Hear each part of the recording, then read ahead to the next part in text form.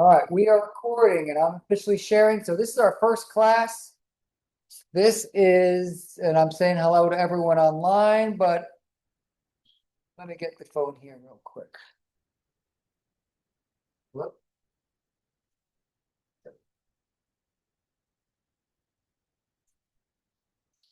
No, the front door. What's 229? Online. Okay.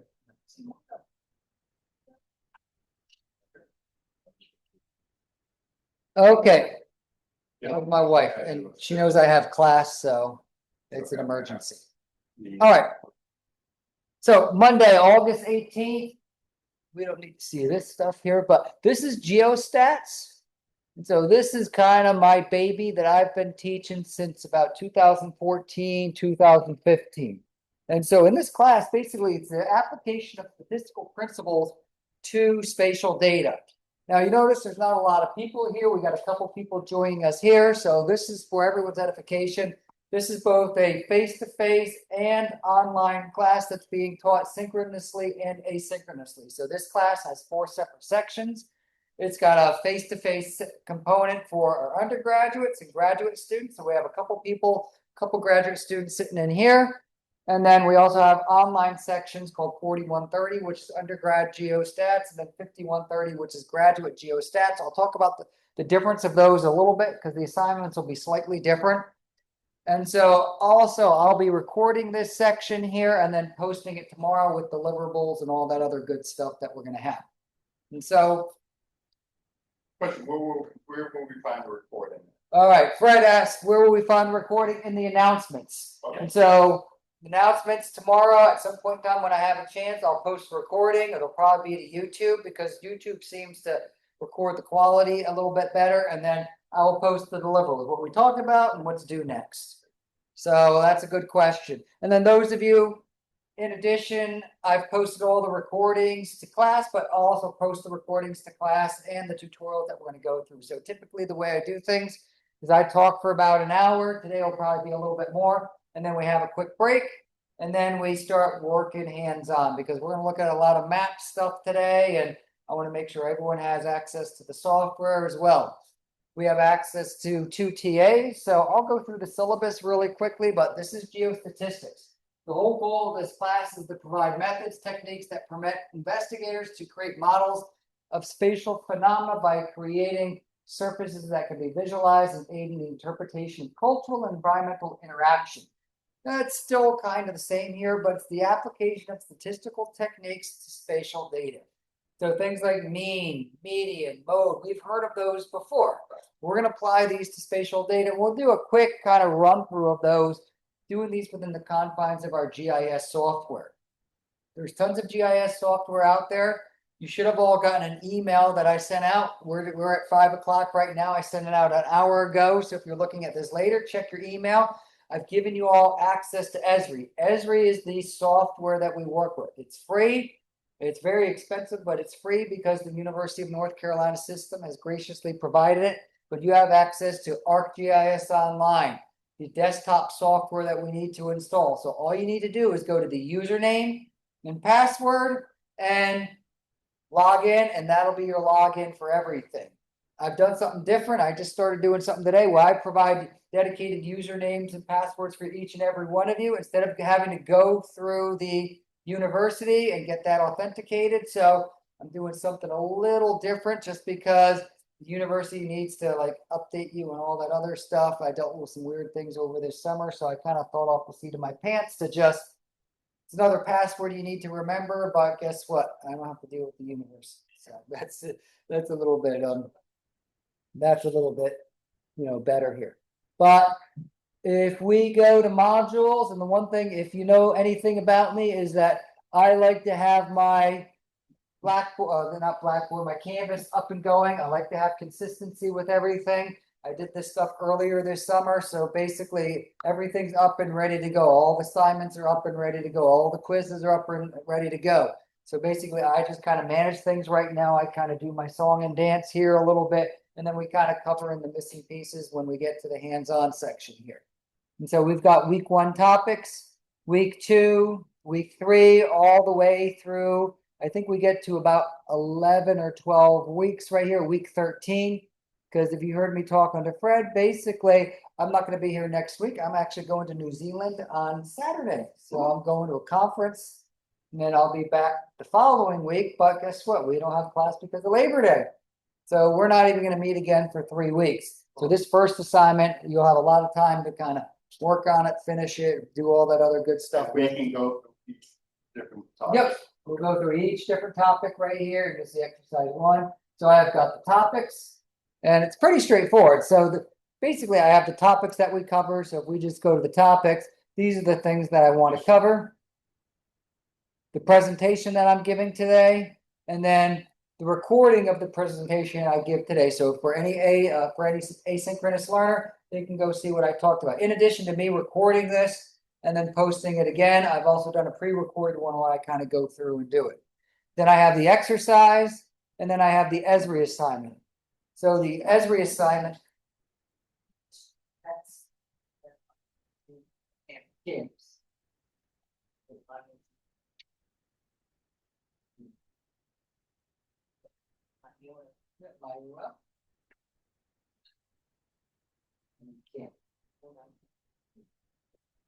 Oh. And you'll see this class here. Yeah, I mean, it's new, I mean, since COVID. It's new, yeah. You gotta play catch up with all these things. I'm still getting used to it too. And then we moved from Blackboard, which I really liked. But you can see everything that I've got here. And now I've got, a couple of readings, history of quantitative geography, everything with these links have videos attached to it. So we're going to do a good summary of GIS for this class here when we're done. But I'm going to talk about up here, we've got the syllabus. We've got my instructor information. So I've got my instructor information here. I'm trying to migrate everything to Zoom because WebEx is being deprecated beginning in October. So any references to Zoom, WebEx will be moved over to Zoom. And then we'll also put information about our TAs. So we have Tony and Chima in the back there. There's Chima. He took this class a few years ago. He was really good. He's a PhD student here. So he is good with the geostatistics. Tony is really good. I think he has classes on Monday, but He has the weather data for that. These are the ways that oh, okay. other fucking Okay, and so we got Tony. So one of those, either Tony or Chima will be here to help us kind of go through things, and then we'll also post up here any hours that they might be available, probably before class, like 2 to 5 or 1 to 5 on Mondays, so you can kind of come in, or maybe Monday and Tuesday, because I encourage people to get stuff done. Yeah, I encourage people to get stuff done, not right before class, but the next day, on Tuesdays, but based on Chima's availability and his class schedule as well. So, but, Mondays, that's great, but Tuesday and Wednesday would be better because so you can do it for the next week, which is what I encourage as well. I've got the syllabus right here, so I'll discuss the syllabus and all that other good stuff, but I've posted it. I might need to update a couple things here because we were asked to update some things here, but I have my office hours here. I'm definitely here Monday, Wednesday, Friday, and then sometimes I pick a date between Tuesday and Thursday to be on campus, depending upon my schedule. I live over in Greensboro, but this class runs from 5 to 7:30. And so like I said, I like to talk for about an hour and then we work hands-on. Now today I'll probably talk for a little bit more where people kind of try to explain about what this GIS stuff is. I've got my instructor information, but you can see all the requirements that we have here. And so I have 2 different grading rubrics for our undergraduate students versus our graduate students. So for this week, or for the next 3 weeks, we're going to work on something called an Esri tutorial. Basically, Esri, the people who provide the software, they make these tutorials that are just intro to GIS, intro to metadata, intro to Python programming, advanced Python programming that you can go through and take. I think at one point in time, I looked at it and I had taken about 47 different classes. Just go through, look at the classes that you can take. So I like to assign Esri tutorials instead of me making up my own stuff, but a lot of the exercises that we're going to work on are going to be applicable to North Carolina. So working with North Carolina to look at statistical phenomena and prove or disprove, hypotheses. for graduate students, we're gonna have something called a position paper where we state a fact and we can prove or disprove it. You can see a couple of the posters that we have around here. One of them with the chicken processing plants right above Chima was that a student made a thesis that said COVID rates were higher around chicken processing plants versus further away than chicken processing plants. And in this class, if you don't prove your hypothesis, that is perfectly fine with me. As long as we use sound statistical methods, I have absolutely no problem with that. We have a midterm and we have a final exam. I've migrated all of those to online. And so we can take them here if we need access to the room here. And then we have readings here. You notice there's a difference between the graduate students and the undergraduate students, but I've written some papers in past. You know, if I've written some papers in the past, then you get to read them and answer questions about them. So people can keep reading them and, you know, but where we really put these things to practice, you know, and we're going to highlight some of the papers. We're going to highlight a paper that we did with criminal justice undergraduate student. Did you do your criminal justice undergrad here? Yes. Okay. You remember William Satterwhite? Yes. We're going to look at his master's here. He came to this department, did a master's. We're gonna look at the stuff he did. Same sense to me. Yeah. So I got my math 16 though. Okay. Yeah. You might want. He was an undergrad here. Do you remember what? Yeah, you probably. Okay. I just these days all the students just kind of blend with. Then we have another class together, me and Blair. Oh, okay. Okay. So you can see the grading rubrics that we have right here. A couple of things that I really implore with folks are, you know, the position paper. Think about something you want to do. And these position papers might lead to your thesis. William's position paper led directly to his master's project, which I was really happy with. It was really direct and intentional. But we have research articles, issues in class, statements of non-discrimination. The one thing I really want to discuss here is incompletes. Make sure you've got your issues related to incompletes taken care of. A lot of times, especially in an asynchronous class or class that meets virtually, students at the end of the semester ask me for an incomplete and they've never turned anything in. I've never seen them log into class. And so that's problematic. And I take attendance by seeing who's logged in. So if I see your face, or if you've logged in, so if you've never logged in, I'm gonna start marking you absent. So, you know, we got Fred and Bonnie here, but all the other folks here, make sure you log in, make sure you listen to this recording, and make sure you're marked as present, because I can see when you logged in and when you last logged in. And So if we're not feeling well, like we're not feeling well. Yes. Fine, we log on. Oh, not mind. I expect that you log in. Yes, expect you log in. If you're sick, feel free to log on. I'll post the links and in my contact information, as well as my email signature has my new Zoom. I'm migrating everything from WebEx to Zoom. So this is my WebEx, this is my Zoom classroom that we have right here. And so I want to make sure we have that. But incompletes, make sure you stay up to date on incompletes. We've had some people in military service, people in military service, people who's, family issues or whatever, but they've stayed up to date and they've contacted me, and I have no problems with incompletes, but I do have problems with incompletes when people contact me out of the blue, or people who haven't kept up the communication. So just make sure you're up with that. And then that's about it here. I like going through my class announcement here. And so I posted an announcement, and then this is my welcome to Geostats class. I didn't do it earlier today, but I want to welcome everyone to Geostats class. And this class is a survey of statistical, spatial, and aspatial techniques. So we're going to apply these. We're basically going to work with Excel for our statistical techniques. We'll open up a data analysis package, and then from there, we're going to open up our ArcGIS Pro. You can see a lot of reading here that I've posted. I've got my Zoom classroom. I encourage people, if you're sick or whatnot, to do this. And I'll also post a recording of this tomorrow where we summarize everything we talk about. To me personally, I think that asynchronous learners and online learning is a lot harder than, the face-to-face, because I can look people in the face and look over the shoulder, make sure they're doing things. It's a little bit more difficult to do so when you're at a distance. So make sure you asynchronous learners, or you online learners, make sure you be proactive as opposed to reactive about getting the software installed, letting us know if you have any questions. We can meet and share screens just like this really, really easily. Okay, it's not a matter of coming in and looking at me or looking at me face to face. And so, like I said before, my class is typically half lecture, half hands-on. So I'm going to give my spiel today about why we're here in this class, and then we're going to have a break, and then we will go through and do that. And we're going to go through and do that. Book, I've scanned in everything, anything related to a book, all the reading material has been scanned in, put in, so we don't need to buy books or anything. I know how much books cost, and I try to avoid it as much as possible.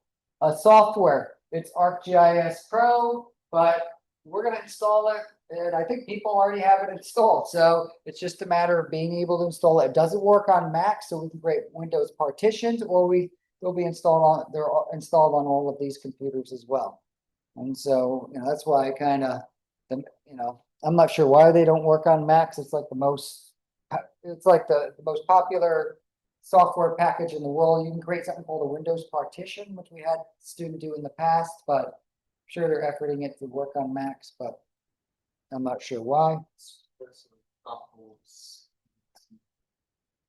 virtual protocol. So Apple doesn't really like it's not integration because there's only software allows us some integrations with Microsoft. Oh, So they said that if they allow Azure program to work on their OS, then it will open their door to the other people that don't. okay. Security. Especially with like the ArcGIS Online, the Living Atlas, and all those other things where someone can click. Okay, that's interesting. Back up by the software, like I had to buy SAS, and SAS, so they wouldn't work into what the software tells you. Okay. Well, this thing here, we can install the software, but you need the username and password to log in and make it useful. So, co-listing of classes. So, like I said before, this is 4 different classes going on right now. So we've got asynchronous people who might be viewing this after work tomorrow. We got people here face to face. We got a couple people who are joining us right now. And so we've got 4 different sections, but whenever I send out any due dates, announcements, or anything like that, they're going to be applicable to everyone. And like I said before, first assignment, we're not going to meet again for another 3 weeks because I'll be out of town next week. And then we got Labor Day. So we're going to kind of ease into the semester, which I kind of like. Exercises. So the first exercise will be due in 3 weeks. People who have not taken GIS before, you can turn it in late. People who have taken GIS before, turning it on time. So I just want to give that learning curve a little bit, if you can't do the first one, because when we open up that first project, we're going to look at like 100,000 cancer deaths and outlines of counties. And I think a lot of people are going to say, oh my gosh. And in the past, we do the following week, but now we got 3 weeks to do it. So I don't want people getting too overwhelmed, but I want people taking advantage of the system. So, those of you who kind of taken GIS before, I'll kind of expect you to kind of be the leaders and kind of be ready to hit the ground running from what we've done in 34, 35, or if you've taken from 40, 10 before. But after that, exercise 5, you need the material in exercise 5, the skills in exercise 5 to do exercise 6. And so me accepting late work will really just be facilitating or perpetuating or allowing you to kind of be lax with that. And so, but exercise can be turned in any time. They'll just be they'll be assessed for half credit after the due date. So we've got that calculation of grades. A lot of times students maybe have only turned in 3 assignments. They got 100 on all of them. They've got 100. And then at the end of the semester, I start putting in all the half credits and zeros, and people have big problems with that. So, and so calculation of grades, that's how Canvas does grades. So just be aware that if you're missing assignments or turned in late work or planning to turn in late work, that grade's going to go down, because anything that I've graded, and what I try to do is get everything due the next week. So by the time you come to class, you got the last week's assignment going. I don't like, I never liked the, I don't know what my grade is sort of thing here. Everyone pays a lot of money to go to school here. You should be assessed and evaluated, like that.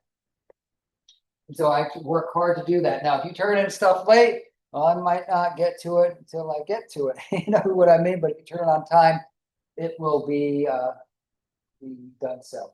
Directions, like I said before, directions is really important that we follow directions, especially with the asynchronous nature of this class.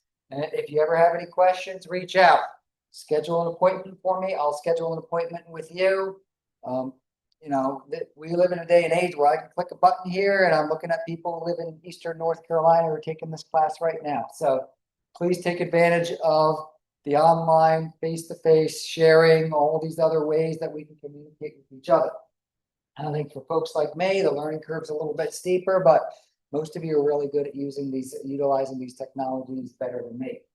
We've got a teaching assistant, so we got Chima in the back. We've got Tony here. Reach out to them. I'll have their contact information. So, what's that?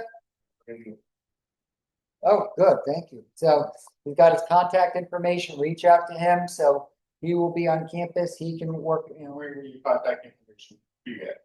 So in the TA information under modules. Okay. So it should be under modules, TA information.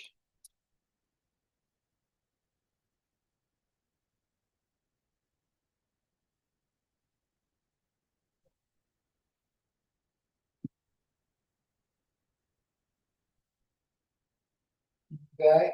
And then food and drink, just be careful with food and drink. Back in that corner there, I think this was before Chima got here, but back in the corner, someone like spilled like an iced coffee onto someone else's computer. It was not pretty. Oh man. It was really, you know, like spilled and his computer blew out and he was mad at me and you know, I'll do that too, you didn't know. because I didn't tell her to take it out and all this stuff. It was bad. And then also at the bottom, we've got external links. So take advantage of some of these external links because what I want to do is I just kind of want to start talking about what is this class about. We'll take a break and then we'll start kind of getting into the exercise since we only meet once a week.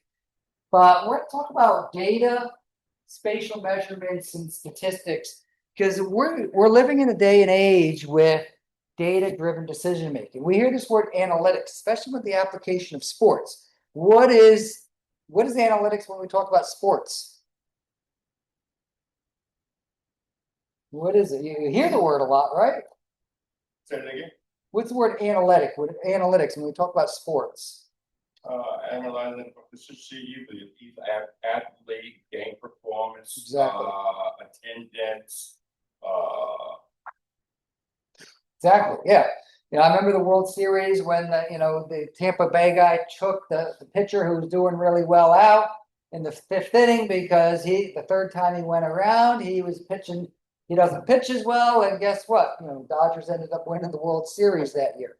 So analytics is the whole idea of data-driven decision making, and the whole idea of AI/ML, artificial intelligence, machine learning, isn't really we're making computers smart. It's basically we're giving them the ability, or giving computers the ability to just analyze incredible amounts of data quickly and regurgitate it or reformat it back to us. Because in this class, GIS is a system. It's hardware, software, data, personnel. So we can look at data tied to spatial location. We all use GIS every single day. You just don't know it. I wear a little GIS on my wristwatch and we don't know it. And I go running and I do my little loop in the morning right here and I can see how fast I ran and it's got biometrics attached to it. So when we talk about GIS, it's not necessarily a GPS, and more appropriately these days they use the term GNSS, Global Navigation Satellite System. So I can type in directions. It's not necessarily a software package. Esri is a big one. It probably has 2/3 to 3/4 of all of the GIS market in the world. And it's not a static map. Static maps are nothing. I used to work for the military. This is Fort AP Hill. I don't know if it's called Fort AP Hill anymore. Back to AP Hill, it went to Fort AP Hill, to Walker, back to AP Hill. But I used to work here and make maps of this place. But the second that it got printed out, it became obsolete. So these days, we carry around these maps in our pockets. We open these up on screens, accessing data in the cloud. And so when we look at the components of a GIS, the biggest component of any GIS are people and data. Okay, people and data. The hardware and the software, they don't cost that much. We're paying, probably $50,000-$60,000 a year to start in the GIS industry. I was talking to one of my former students. He works for a local municipality doing sewer mapping. He said if he gets another pay raise, he'll be close to six figures. He's 31 years old. That's pretty good living. And so people and data. A lot of times when we start working on projects with COVID or SIDS or ulcerative colitis or terrestrial carbon sequestration, my question is always, where are we going to get the data from? And in this class, we're not going to do too much of where you're going to get the data from. We have a field mapping class that does that. We're going to focus more on what can we do to the data to extract valuable insights and facilitate data-driven decision-making. Because this class, we largely focus on the procedures, that 5% of, all right, what can you do to GIS data? All right, I want to find all the crimes that are within a certain distance of schools. I want to run clustering. I want to measure distance. What are the different ways we can measure distance? We can measure crow flight distance, Manhattan distance, driving time. You type in your directions right here, it tells you how long it takes you to get there. It doesn't even give you distance. That's like secondary. I just want to spend as little time in the car with my kids arguing. That's all I care about. So distance is secondary. And so we have another component in there, such as speed limit and travel time. Because this class is based on the first law of geography, in that everything is related to everything else, but near things are more related than distant things. And so if we look at maps around here, we're going to look at maps here in a little bit. We can see the dark areas are near other dark areas. The light areas are near other light areas. Okay, we do not see checkerboard patterns on a map. If we do, I don't have a job, because geography is the study of where phenomena are located.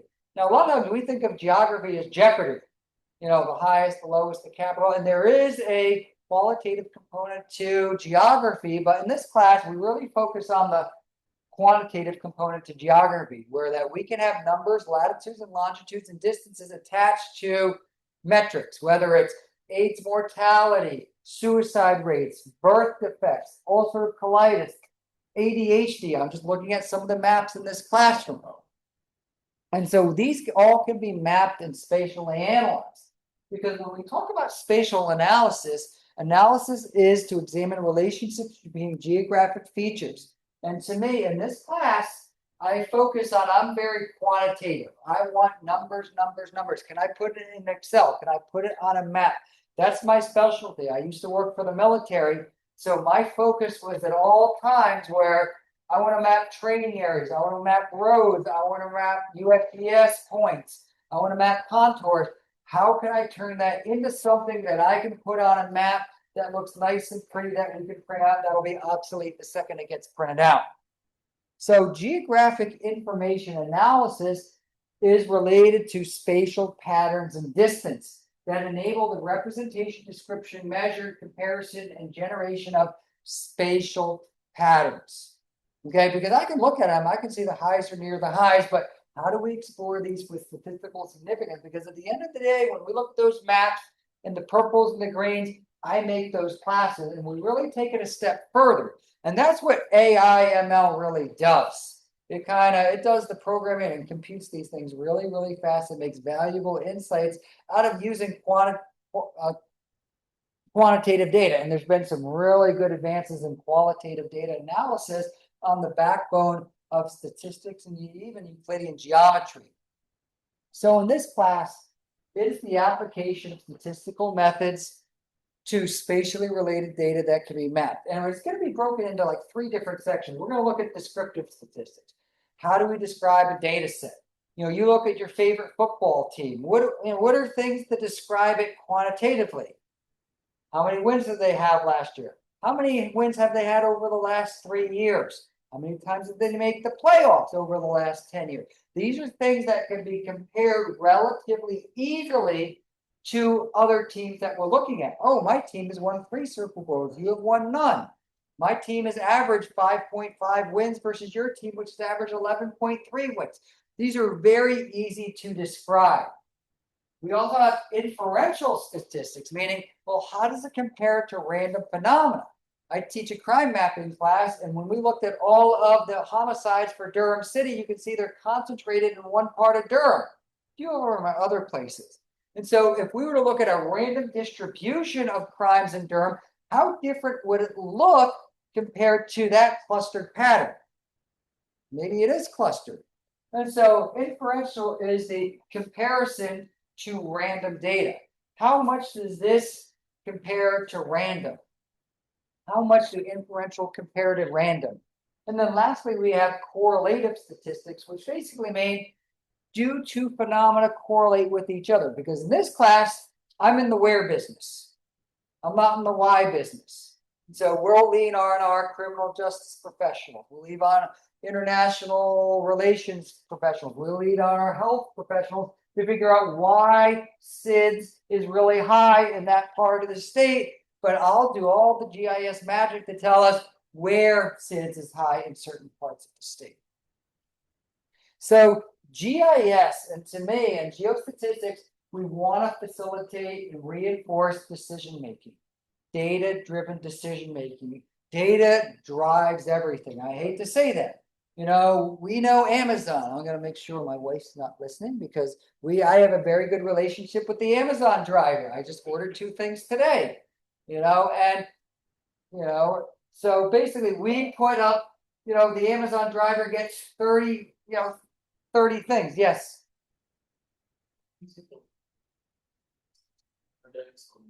I'm using the Zoom. Yes.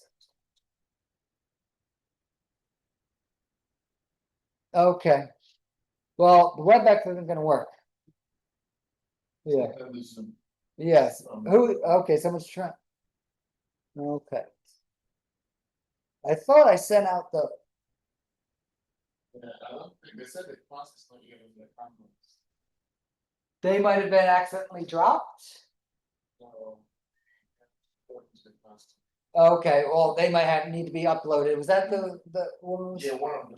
Okay. Yeah. Just send them my Zoom thing, and I'll be happy to have them join there. But we reinforce now when we talk about Amazon. You get 30 Amazon deliveries. You just start driving haphazardly to those 30 locations. If you're a driver, no, they tell you exactly where to drive so that we can minimize the number of drivers that are needed. So those are less people that we pay, minimize gas. We all get the stuff that we ordered in time. I ordered something today and I'm getting it tomorrow. Cost efficiency. That's what we do. That's kind of what the Oakland A's did back in the day with Moneyball and all that stuff.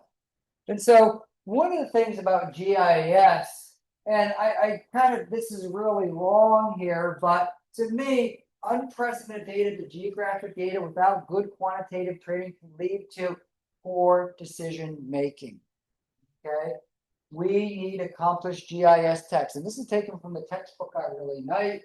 But understand statistical problem solving in geography. And this is an extension and an expansion of basically what we call the quantitative revolution from way, way back in the day. Why do we care? Why is a particular location pattern vary?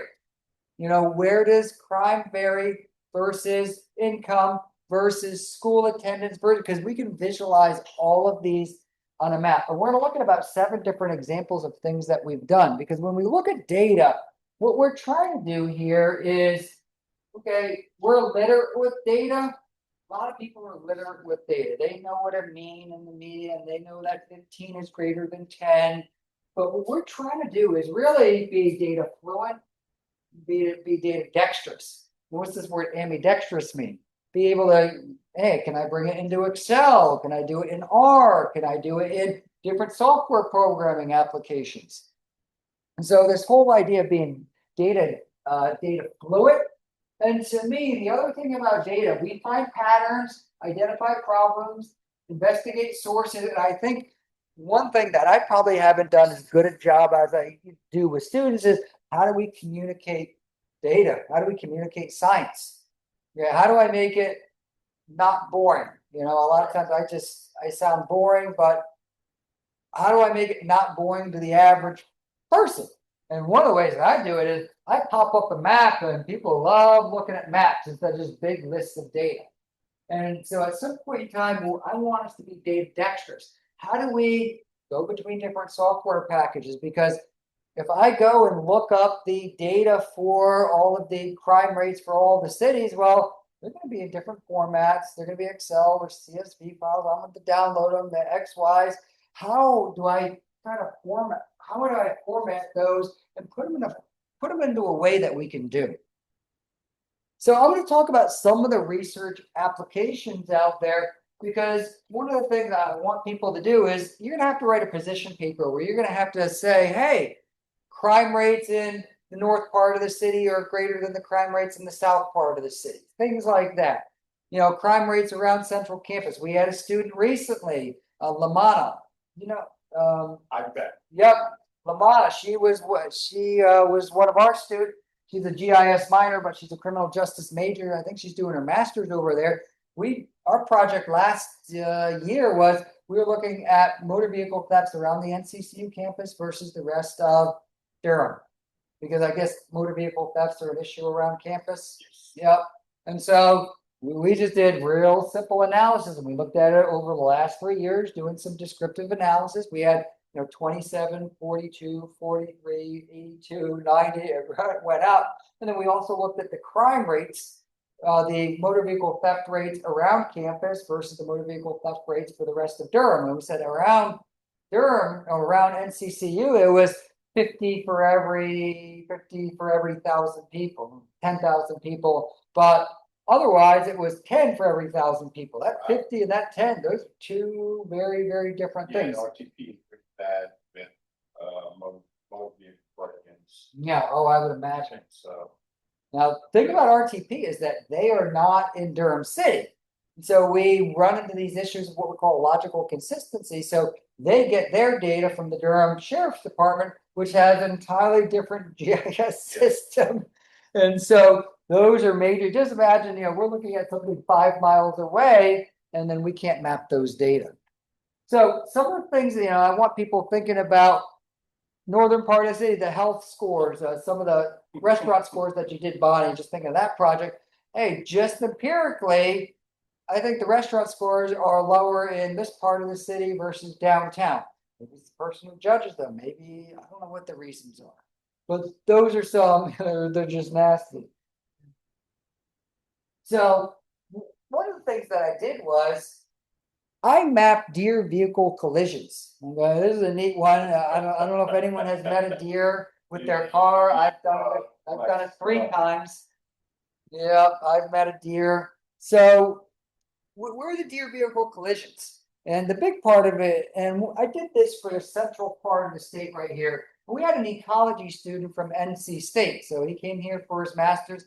He actually now works for a real estate company where he goes and does all their GIS mapping. He does something called estimating to figure out who they're going to buy and what they're going to buy and all this other stuff. And so the one thing is I created this GIS data layer. Now, as you can imagine, there's just not a magical GIS data layer sitting on the internet. If I Google, give me all deer vehicle collisions for Durham, Orange, and Alamance County, you got to go curate and create these data. And this is what I mean by being data dexterous, meaning, get the data. It's a big list. It's in something called route format as opposed to an address, because these are provided with addresses. You got to figure out how to put it on there. Looks really pretty when it's put on there, but it took me about half a day to do this, if I remember right. Now, these are all the points. Where do they occur? And some things, big questions, because to me, at the end of the day, they just look like a bunch of points. scattered. They're just scattered. Now, one of the things we can do is we can see how clustered they are. Okay, kind of like call boxes on campus. Call boxes on campus, they better not be clustered. They better be kind of evenly distributed around so that people can have equal access to those. So we can group these points in different ways. How do we group these? We can group these by census tracts. Now, census tracts are really easy because, well, they're just subdivisions of counties, and we know how many people live in each of these because when the little person, or these days digitally, they go and collect your information. We know how many people live in there. We know how many people have access to transportation. We know age, race, all these demographics. So we can look at block groups. We can also group these by these little squares. These things are called quadrants. I got into quadrant analysis about 10 years ago. Now, what's the advantage of a quadrant? What's the advantage of this, I don't know, 2 by 2 mile square? What's the advantage of it? They're all the same size. So if this thing has 10 and this thing has 2, which one has more? This one's got more. We don't say, hey, like this one here. Well, this Okay. one has a lot more than this one, but this one's bigger. This is bigger. Artillery. Yeah. So these are all the same size. Now, what's the disadvantage? I don't know how many people live in this square. You know, they're grouped by zip codes and tracks and all these other things defined by roads. So there's advantages and disadvantages of each. We'll talk about this math stuff later. Okay, we can run fish nets and all this other stuff. But what we can do is we can compare this pattern to something called a Poisson distribution, which is basically a random distribution here. And then we're going to put in this little formula here. Don't get scared. You people there joining us online, don't get scared with that formula, because guess what? Excel magically does this. So this is what we call a Poisson distribution, meaning this is the expected, this is the observed. Basically, that's close to a random distribution. So what is a random distribution based on that distribution, that total number of deer vehicle collision? What's it look like? Hey, they're largely random. So kind of like Fred said before, it kind of looks like they're scattered everywhere. And guess what? They are scattered everywhere. We can do some density grouping by them. We can compare these to the deer vehicle collision density, but you kind of start to notice they're kind of near the larger roads. That makes sense, right? Deer vehicle collisions, roads. So, you know, the no duh questions right there. But we can look at the number of highway miles by each of these quadrants. We can look at something called land cover, and this is extracted by a satellite platform called Landsat. And so we can see it's got about 20, 22 different land classifications. So everything in purple and red is metropolitan and urban. So you can see what they look like here. And so a lot of times with deer vehicle collisions, what we look at is pixel variety, because if I'm a deer and I walk from, you know, forest to forest to forest to forest to forest, the chance of me getting hit by a car are very minimal. But if I'm a deer and I want to go to that water over there and I go from urban to suburban to forest, back to suburban, the chance of me getting hit by a car a lot more. And so there's some associations with what we call pixel variety, which we do in raster class. So we can look at the pixel variety. So we can see these areas here, not in downtown Durham or downtown Alamance, but out in this periphery area, what we call the urban wildlife interface. And so we had a student do a whole project where we can look at correlations here. As your distance to low impact urban increases, your chances, your deer density decreases. And so we can look at patterns that look like this, which I did in R a long time ago. And then we can make some assumptions where that this person says, move the deer crossing to a place where there's less traffic. I thought this was kind of funny, because he's like, why don't, you know, when you see the sign deer crossing, why don't you move it somewhere else so the deer cross over there? You know, so it was kind of funny. Good, I know I would. You just tell the deer to go there. Oh, good, I'm making people laugh. So, but some of the things, you know, the what ifs, and a lot of times, if you've written papers before, Chima's been really good about writing papers, is that at the end, you always need to put something, not your conclusions, but your discussion. What are all the things that you didn't do that you maybe should have done? So things to think about, we'll talk about these later, like edge effects. How do we run density analysis? All these other things. What's an acceptable distance to compute deer? You know, deer aren't running across the county. They're going to be largely localized. And so we can look at things like this. Another thing that students have done, alcohol-related fatalities in the United States. We have a student named Nelson. He currently works for the NCDOT photogrammetry unit. It's kind of one of my favorite students, because he came in here and he just really improved his reading skills, writing skills, personal communication skills, and he's really high up on the chain at NCDOT. And not once did I ever get him an internship. He went and got internships in the NCDOT, and I liked him so much, he stuck around for 2 years and then took on a full-time job after going to work for the Army Corps of Engineers. So he did a nice job. Local kid who's really done well. But what type of analysis can we run on these maps? Because a lot of times when we get some of these raw data, and he did this in about 2013, 2014, when we look at the number of alcohol related fatalities on our highways in the United States, we got a map here and it basically highlights Florida, Texas, and California. Why are Florida, Texas, and California so high? What do you know about those states?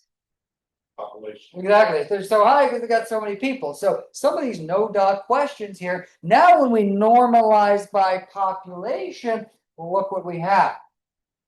California somewhere in the middle. Florida is really, really low. South Carolina here, by far the highest is Wyoming. It's about 1.5 times higher than any other state, and the second highest is Montana.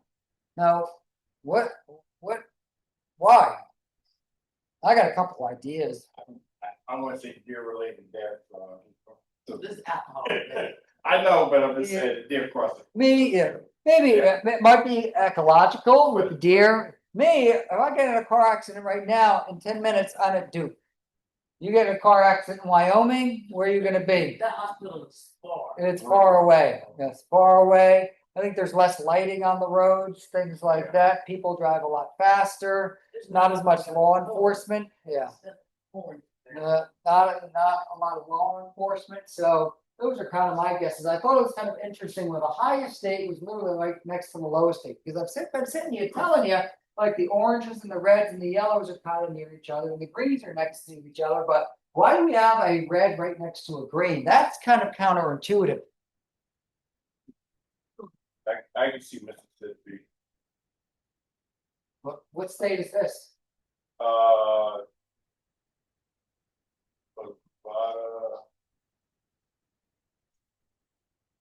Utah. Utah. What do we know about Utah? They Yep. So is there going to be a lot of alcohol consumption there? No. And so we've got environmental, ecological, and also cultural reasons or religious reasons as well. Other things to think about. We attach fatalities to a spreadsheet and then the need to normalize it because we might have students that look at the relationship. California, Florida, Texas have the highest number of deer vehicle alcohol related fatalities. And so we can make graphs on these. This is one that Dr. McGinn and I did. The effects of COVID-19 on buy mail voting patterns. So you don't even have to show up to vote. And so we did a paper on this.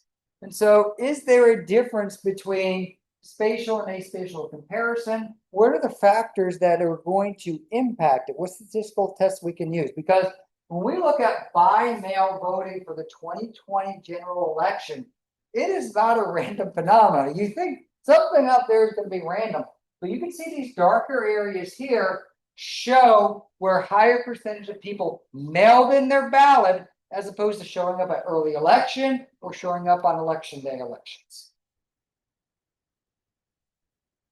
So I don't know why. Now, other things we have, these were the COVID-19 incident rates right at the time of the general election. And basically what I wanted to do was, hey, is there a relationship between the by mail election rates and the COVID-19? And so I went and created some nice pretty maps. I created hot spots and cold spots. And yes. Now I'm going to get to this here because what I basically wanted to do here was we created hotspots of COVID. This would be your COVID-19 hotspots. We've heard the term hotspot before, but in this class, a hotspot is a high area surrounded by other high areas. And so some just floater out there that had a big high COVID rate would not be a hotspot. Now, what's the definition of high? Above average. How do we calculate the average? Add them all up, divide by the number. And so the backbone of all of this inferential statistical analysis here is based on these descriptive metrics. And that's why we start with the descriptive metrics here. So at the time of the 2020 general election, we got this big U. Why do you have a U around Fayetteville? What's the significance of Fayetteville where they might not have really high COVID rates? I mean, military Exactly. town, people in and out, so Yep. not centrally located, you know. Centrally located, probably a lot more lockdowns on that, and probably a lot more discipline when it comes to that as well. So what we did here was we tried to look at the relationship between, look at all these reds and see at the by mail COVID rates, by mail rates versus the blue. With my assumption here, everyone in red where the COVID is high, they're going to mail it in because they don't want to go to the ballot. They don't want to show up in public Be exposed.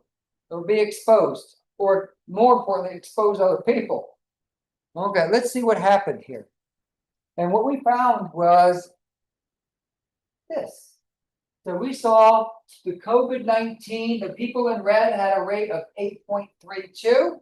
And, The people in blue had 12 point, it's the exact opposite. The exact opposite of what we were looking at. What are some patterns that affected it? Okay, and we could have a breakdown of Democrat and Republican because basically, if you go to the North Carolina Board of Elections, you can download every single one of us, what we're registered as, where we live, when we voted, not what we voted, but all that information. So I broke it all down. Now, these people who are Republican, they might not necessarily have voted Republican, but they were registered Republican. And so we broke it down, and it was kind of funny because we actually saw like that rural Democrat by far had the highest COVID rates and the lowest by mail rates. Now, why? Well, maybe they didn't have a lot of resource. They weren't provided with the resources to mail it in. You know, so how do we change all that? And by far, the highest was your independent. So you can see here, or unaffiliated, had by far the lowest COVID rates. And this one had higher by mail rates right here, your unaffiliated Republican. And so, and we also looked at factors that impacted it as well. Another question, this might be of interest. We hear about the term annexation. What's annexation mean? If you look at the border of say Durham, it's got like little chunks, little islands outside of Durham. Okay. So annexation means we take land and have it part of the city. but hang on. Was that? Yeah. Right. And so if we were to look at the border, and what I have here, this is a map of Winston-Salem, because I was working over at Winston-Salem at the time. But you can see this area in white was Winston-Salem. And then in 2006, 2007, they went and basically gobbled up all these areas right here. You can kind of see still there's like little islands right here. So it didn't gobble up this area or this area or this area or this area, but it gobbled up all these yellow ones. Why would they gobble up the yellow ones? Development, and these are probably your high income areas that they gobbled up to increase their tax base. And so all they got to do is provide, city water and all those other things. Incorporate the city. And incorporated in the city. So when you call 911, Winston-Salem Police Department's going to show up as opposed to the sheriff. Well, I know sheriff would go out because it's funny. Well, yeah. Yeah, I deal Because it with wouldn't be city. the sheriff at my house. Yeah. Okay. I deal with the sheriff at my house. And they get tough because I had that every now and then to try to figure out which department. Yep. Arrives. Yep. Yeah. Oh, me too. But what we look at when we look at all the crimes in Winston-Salem, they look like this. What does this look like to any of us? Just a bunch of points, right? just a bunch of points. And so we can run things like point pattern analysis, like spatial mean, spatial medium. And one of the things that we did was when we annexed the land, or Winston-Salem annexed the land, because the funny thing is, my town actually has the biggest de-annexation in the whole state. Basically, the town is giving back land to the county. So there's been a big fight because basically they're trying to change the ordinance for high density housing, and the town was like, nope, I don't want to do that. So the person who owns all the land's like, I don't want to be part of your town anymore. I'm out of here, for 1,000 acres, which is 2.5 square miles. So what we've got here is when we look at the population center of Winston-Salem actually moved to the northeast, but all the crime moved south, which I thought was kind of interesting. All the crime moved south. And these are your part 1 crimes. You know what these are, Fred? The part 1, part 2 crimes? Robbery, small theft, robbery, assault, stuff Yeah. like that. People against, I just heard Right. people against people and property, Yeah. and then your part 2 crimes, your drug and your DUI that aren't against any particular person, and then your part 2. Some things that we did here, we ran some hotspot analysis. The interesting thing between 2005 and 2007 was that the hotspots moved to the south. So right at that, if you're familiar with Winston-Salem, the 421, the 40 and this is 52 interchange right here, where it was over at Winston-Salem State, the crime hotspot, and now the crime hotspot has moved a little to the south, moved a little bit to the south. But this is just doing statistical analysis. So we can look at the changing tenor of crime. Why? I have no idea. Is it changing pattern or is just? Yes, definite change in pattern. Other thing, and I know this is a no word these days, but environmental justice. We've heard that term, environmental justice. You're not going to hear it for a couple more years. Okay, but we know what it means. It's basically marginalized people, low income, people of color, whatnot, are going to be, they're going to have garbage dumps or wood pellet factories or whatever built in their backyard. Why? Because they don't have the social capital or the social equity to say no. To say no, because we love throwing out our garbage, and where does it go? When I put my garbage out, where does it go? It's away, wherever away is. And now these people, Near me, right? yeah, exactly. And now these people there are people who live where away is. And so, but when we look at income, and these are some of the wood pellet plants that are in use in North Carolina. We're also looking at income. Do you notice these wood pellet plants are in the dark areas or the light areas? We got one here, we got one here, we got one here. They're in the light areas. What's the light show? Low income. You think that's a coincidence? I don't think so whatsoever. And so one of the things we can do is we can create something called a buffer. Hey, let's look at all the incomes within 20 miles of these wood pellet plants to see if there's a relationship with these. And when we do, What's the pellet plant? Where did it put that? wood pellet plant is basically, we don't use wood pellets largely here, but when you go and cut down trees, Okay. you go and take all the stuff and root and junk, put them into pellets that you put into stoves. Okay. And they're typically shipped to Europe, where they're allowed to use. So after we cut down trees, use them for, locks and stuff, Right. all the extra junk Right. is turned into wood pellets. Burned, yeah. Probably, I thought we all just burned it, No, or they need toothpicks out of the mouth. no. No, but what we can see here in these areas right here, within 20 miles of a wood pellet plant, the median income or the average income is 35,000 versus almost 45,000. Do you think that's a coincidence? No. The percent minority is 50% versus 28% for the rest of North Carolina outside of those areas. Do you think that's a coincidence? No. And then some other research questions we have, and this is from a student, this is from William here. We want to see if there's a difference between pre and post COVID-19 crime rates. how did the tenor of crime change between 2019 and 2020 when the COVID-19 pandemic started? Now, a big part of that is data development. How do we make the data? Because we have this really great site called the Open Durham website where you can go get all the crimes, all the sheriff's department, all the Durham city, everything, but it gives you just a big table of data. And it gives you a list of addresses. Now, if I have an address, can you put it onto a map? Can you figure out where it is? Yeah, we do this every single day on our phones. Now, if you get a list of 35,000 addresses, your phones would be really tired typing these addresses. But we have something called geocoding that allows us to do that. So I run some geocoding on things. Now, we run into problems because a lot of times when the police report it into their database and they don't have an exact address, they just might say it's at 300,000 North Duke Street / West Carver I Street. don't know exactly what it is.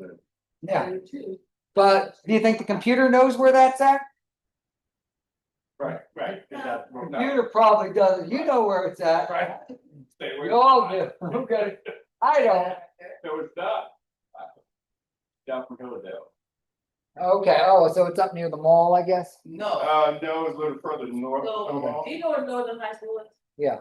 It's not too far from there. Oh, And okay. that right there is probably, this exact area is probably 4 miles from my house, Okay. Yeah, but I wouldn't go over there. that's near the old Durham Hospital, which now Duke took over that. And that It's part. almost, so it's right there by where that sheets is from Duke. Okay. I don't get Yeah. up there too often. Yeah, if you're going straight down Roxbury, Duke Street, passing across 85, keep going You straight. know, That's past Duke Creek, though. Okay. The other way. But computer doesn't know these. No. So yeah, so a lot of times these won't be geocoded. So we can look at the total number of crimes that occurred in April, May, and June, I think it was, or March, April, May, 2019 versus 2020. Now you can see they went down. This is what we mean by descriptive statistics. Hey, we went down. You notice in some cases they weren't able to be geocoded. And you notice there was about 500 of these that weren't able to be geocoded. In this, there was about 600 that weren't able to be geocoded. Do you think I'm going to go through and do 500 Main Street and do all these? No. Because it doesn't like Main Street because we got a North Main Street or we got a South Main Street. All these things didn't get geocoded. And so we got a map that looks like this. Got a map. Now you notice here, these are just within the city. So you notice how we have Research Triangle right here. Research Triangle is not part of the city. And so you can see where they occur. We've got a couple of crimes that occur outside of the city there. But what we did was we went and mapped these and grouped these by what we call block groups. There happens to be exactly 100 block groups in the city. So all we did was, for all the crimes, we counted the number of crimes within each of these polygons. Because at the end of the day, what does this look like to us? It just looks like a bunch of dots. It looks like a bunch of purple dots on top of blue dots. How do we make sense of it? And that's what this class talks about. We're going to talk about the GIS techniques in order to do that. And so this is what we did. And so with these, we grouped them and then we calculated the crime rate because like we said before, if we know 72 crimes happened in one block group and 82 happened in another, I know 82 is more than 72, but if the one with 72 has half the population as the one with 82, then that crime rate in the one with 72 is actually higher. So we can calculate crime rates, per 1,000 people, per 10,000 people. So we can go and calculate crime rates because at the end of the day, what do I like? Nice, pretty maps right here. And so we look at the crime rates here in 2019. We can look at the crime rates in 2020. These make perfectly good visuals for us to see. Now, how do I tell they're different? Well, I can look at the average rates or the total number of crimes like we did descriptively using those descriptive statistics, but we want to take it a little further here. And so we can do something called the two-tailed t-test that basically says, hey, for 2019, the average crime rate was almost 42. In 2020, the average crime rate was 33. I know that 42 is less than 33, right? We know that, but we can do something called the two-tailed t-test, where that if we just had 100 random samples whose average was 41 versus 32, what are the chances that we would have so much of a difference? It's about a 93% chance that they would be different. And this is what we call statistical significance, statistical differences. You know, if I were to just, and I use the example of measuring the heights of people. If I were to just say, hey, if I measured my average height versus someone over at A&T and said my height's larger than that person, can I assume it for the entire campus? No, of course not. Just because I'm taller than someone at A&T, I can't say that. Now, what about if we get 10 people? A little better. What about 100 people? Little better sample. We see this all the time with elections. You know, we like this politician plus or minus 3%. You would never say they like this person plus or minus 50% because you probably only sampled 1 or 2 people, you know? And so this is what that two-tailed t-test does, meaning how does this compare to random? Because essentially, we're getting a random sample of NCCU students, we're getting a random sample of North Carolina A&T students, and we're going to measure each of their height, and then we're going to see who's taller, and then we're going to count for sample size to get what we call a p-value. To get this thing called a p-value. Yes, exactly. So we have, yeah, exactly. P-values bring in the variance and the sample size. Variance and sample size. Now I just let Excel do all the work, and I get this little number and say I'm done with it. So we're not going to do any calculations whatsoever. Last one we'll talk about here, and then we'll take a break, and then we'll just start working away here. I just want to make sure everyone's able to open things up, and so we can do some of these. Is that making geospatial associations between female breast cancer and cancer mortality rates related to socioeconomic indicators. Now, this was a great project because we had a PhD student. Her name was Elena, and she came to me because she was doing wet bench work and was kind of really looking to apply this to see how these could be applied spatially. And so what she wanted to do was map female breast cancer death rates in North Carolina with particular focus on African American female, and also look to see if there were explanatory factors to describe patterns of these health disparities. And the big thing we want to do is when you die, you're part of a database from the North Carolina Vital Statistics database.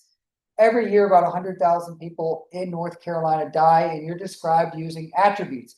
I'm pretty sure we're going to look at that database as part of exercise 1 with the cancer mortality rates. And so some of the issues that we look at are, all right, how do we map data? How do we address the attributes? We have an attribute called race. What do you think race stands for? Probably the race of the person who died. We got a 1, we got a 2, we got a 3, we got a 4, what's the 1, 2, 3, 4 stand for? You know, we had a birth state, we have a death state, we have an ICD code. ICD stands for the International Classification of Disease. So that's got the little thing that says what you died of. And if there's contributor factors, we'll have an ICD 2, 3, 4, 5. And so we can look for anything with an X, which is typically like gun or violent deaths. Anything with a C, that's going to be cancer. And so we can extract out just the cancer death rates. And these are published every year or so. And so when we look at raw data here, I can see something here called D year, death month, death day, sex, 1 or 2, age and years, are they married, what's their birth state, zip code. Because a lot of times when we start looking at like cancer mortality rates and we look for socioeconomic factors, well, what if the people here just lived here for 2 years and died here and got all their socioeconomic and got all their exposure to bad air and bad water somewhere else? You know, how do we know that? But this is what some of the raw data looks like. But all the way to the right, or actually in the middle right here, we have something here called zip code. Zip code is just going to be a little polygon that can be mapped that has the number of deaths that we can normalize by population. We can actually do something called age grading. But descriptively, this is what some of the descriptive statistics look like here. You know, this is a nice, pretty map here that we can map that people like to look at. People want to look at this stuff as opposed to looking at just big tables of data. And we're going to talk about how to make these, make histograms. I'm good at some charts. I'm not good at other charts. I like the line graphs. I like the bar charts as well as good descriptive statistics. But what I like to do even more is make maps of this. Now, this is what raw mortality data looks like. Raw mortality, meaning the number of deaths per 1,000 people, I think it was. So you can see these dark areas, the cancer death rate was 6.87 for every 1,000 people. It might have even been 10,000 people over this time period. So this girl basically had to go and download all the data for 20 years, put it into a single table, and then start to analyze it. So we're working with a couple million records here over 20 years because about 100,000 people a year die in the state of North Carolina. Now, when you start opening up 2 million records in Excel, what does Excel tell you? We're not, this isn't happening. Excel will crash up. Okay? Excel crashes at about 1 million records. So we can bring these into ArcGIS Pro. It'll manage 2 million records well. And so we can do the statistics and loading and all these other things. But at the end of the day, I want to make a map that looks like this. Now, these are raw mortality rates. Now, the problem with raw mortality rates is that what age of people tend to die at higher rates than other people? What ages of people die at higher rates than other ages? Exactly, the elderly. So basically, when you're mapping death rates, what are you basically mapping? Where all the old people live. So you're not really mapping death rates. And so we can do something called age grading, which is normalizing by age. We can weight it by age. And so we can make what we call age graded cancer mortality rate so that the average age of every single county is the same. You know, so that place has zip code in Moore County, which had so many people die and had a high mortality rate. Well, it's not really going to count that much because old people only count for, 8% of the population, depending upon what you use. And so now this is what our age-graded cancer mortality looks like. And now when I run clustering on it, this is what it looks like. You notice it's really high in northeastern North Carolina. What do we know about northeastern North Carolina? High minority majority areas here. Higher percentage of African American. What about down here in Robeson County? What do we know about Robeson County? Exactly, Native American. So I would imagine access to healthcare, access to good healthcare is an issue that's going to be tied to money, income, access to transportation. And to me, a lot of it also looks at rurality. If you're in rural areas, you're not going to have good access to healthcare, okay, or the resources to do so. Here, we're within 10 minutes of some of the best doctors, healthcare in the world. Best. I had a kid drove from Greensboro every so often to get over here to Duke, just to get my kid treated, so we didn't have to deal with his stuff. Okay, because even Greensboro was unlike the guy. You got Murphy. Yeah. Oh yeah, Murphy, yeah, way out there. And then she looked at socioeconomics, so she looked at SNAP benefits and things like that. And so a couple things I'll talk about. Data as numbers. What is data? What's this data stuff you talk about? What's data? Information. And to me, it's information that we can put into a formalized format. We can put into a nice little spreadsheet like here that we can store, because information is typically can be qualitative information, but it's, to me in this class, largely quantitative information. There's been increasing qualitative data analysis studies out there. I'm not going to talk about those because I would sound silly, but this is what our data looks like. Okay, because most data, 75% of all data, has some spatial relationship to it. It has a spatial relationship to it. And so how we organize data, we organize it in tables, and then we turn those tables into stuff that we can put on a map. And so these are what we call attributes. Attributes, data stored logically in flat files. We use the term flat file to describe tables, but the logical and physical data models have evolved over time. To me, I like this little spreadsheet, and I got my start in GIS working with this stuff. And basically all a GIS does is attach this spreadsheet and connects this thing to either a point, line, or polygon sitting on a map. So if it's highlighted on a map, It's highlighted here. That's all a GIS does. So all of you taking computer or information system or SLIS, over the School of Library and Information Sciences, all we're doing is extending our tabular data analysis to have a spatial component so that each of these things here has a little column over there called object ID that connects the little record on the map, record in the table, to an element on the map. And so some of our how and why questions: why do we build McDonald's where they do? How is McDonald's spread? How are they located? Where are we going to put these? What ages of people eat at McDonald's? Yeah. Do we know where the young people are? Yes. People spend lots and lots of money out there to map where the younger people are, and we have access to all this through the census. So we can see where all the McDonald's are. We can see where all the tornadoes are, right? This makes sense. These are more physical patterns. And then we can look at cancer mortality rates as well.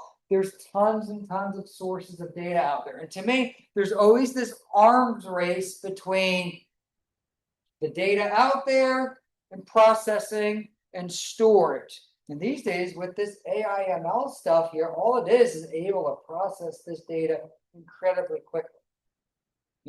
These days, you have people who have GIS departments for individual cities to do crime. Just go through and look for those analytics. You scan in or you type in your little number at the grocery store, they know exactly where to put where. My parents like shopping at the Publix in Burlington because they have Taylor ham there. I've never seen Taylor ham anywhere. But they know there's enough people from up north that shop at that Publix who like Taylor ham. They're going to put Taylor ham and know that it's there. The same way they know that they're going to put all the milk way in the back. Why do they put the milk way in the back?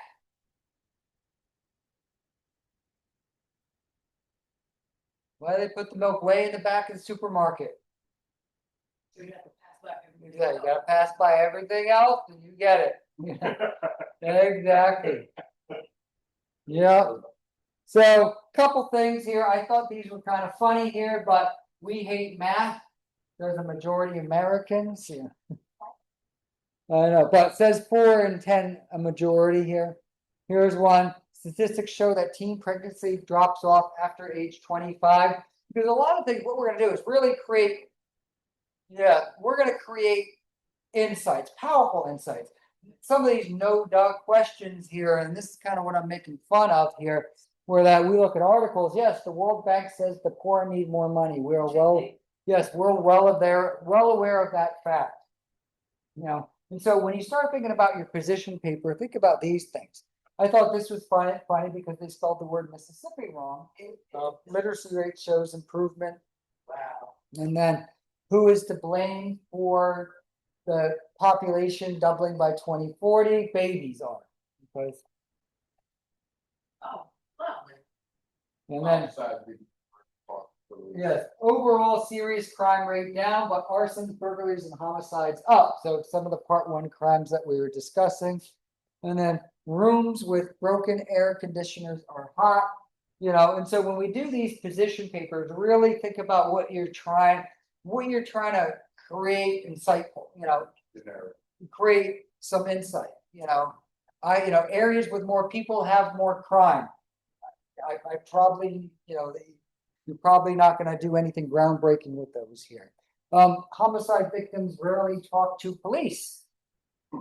And then I thought this was neat because at the end of the day, this is the class where you can actually go out and do some instead of planning to plan to plan to plan. And so I really want to kind of really implore people taking this class, looking at this later, is that what are some things that really interest you? Is it earthquakes? Is it volcanoes? Is it crime? There's tons and tons of data out there. We offer a field mapping class where we can go and collect data. So we can go out and collect data in the field. And you missed it, Bonnie, but this semester we went and walked over at Okanochee Mountain over there. Oh, yes, I said that. But I'll graduate before that one. Okay. When are you graduating? In spring? May? Oh, good. Okay, good. We'll get you out of here. Where? Okanochee over in Hillsborough. But it's a mountain, and we basically walk the trail with my GPS unit and then my phone, and we walk the trail. We basically measured the difference in using walked at the same time using the different. What's that? Collector? I use quick capture. Okay. So I use quick capture. And so we're running statistical analysis. Like the Samsungs had like the elevations, which were like 100 feet off from the same. And then we used the high quality. So we used like 4 different units, and we found like a 250-foot difference when we all walked at the same time using the same unit. Which I think is funny. I think is really, interesting. But that's really basic statistical analysis that we can look at. What are some basic things? The length of the trail there, the relief of the trail, the highest point, the lowest point. Those are all very descriptive that we can say without even getting into this correlative or p-values or any of that other stuff, which we didn't even get into in that paper. I used to say that, see, my friend and our family, we hung up in the mountains, so outside Aspen. And so, outside of Mount Nature, and so, like you say, that a lot of the rain, and like you said, that it's gotten, it created different patterns.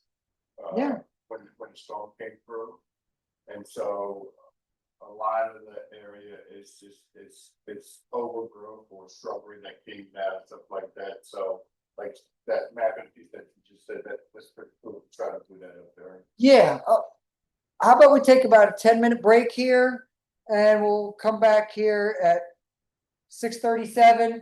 We'll open up the exercise. I want to make sure everyone in here is able to open up. I'll make sure everyone's able to open up here. We're just going to start working on the first exercise a little bit, show everyone how to open it up, how to submit it. And like I said before, and if you don't know by now, this exercise will not be due for 3 weeks.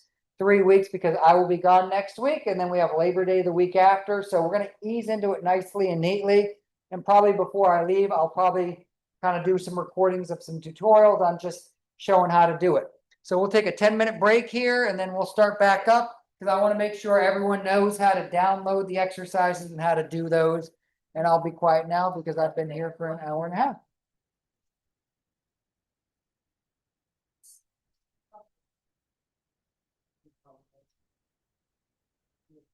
There's a, I think I want to do my project on,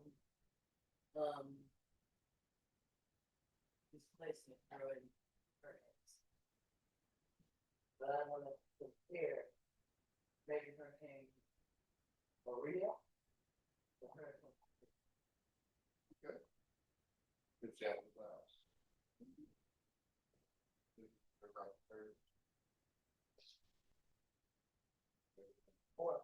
or Hurricane. Dr. Maroney, can you make sure you add me to the class in Canvas? Well, let's try to do it now, because a lot of Okay. times I don't add folks.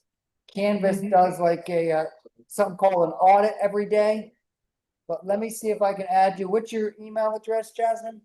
It's JALLE 14, no, not the yeah. 148 at eagles.ncc. Yes. Let me see if I can add you here.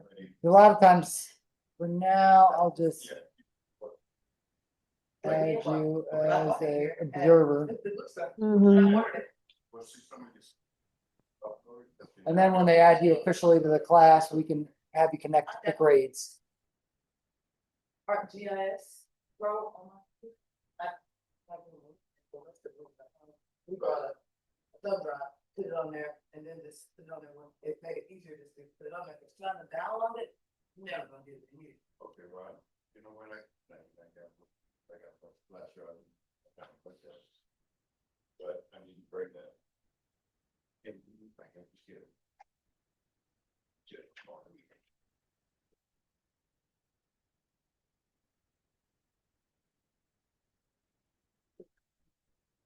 I'll give it a look. Okay, it worked. I'm in there. Okay.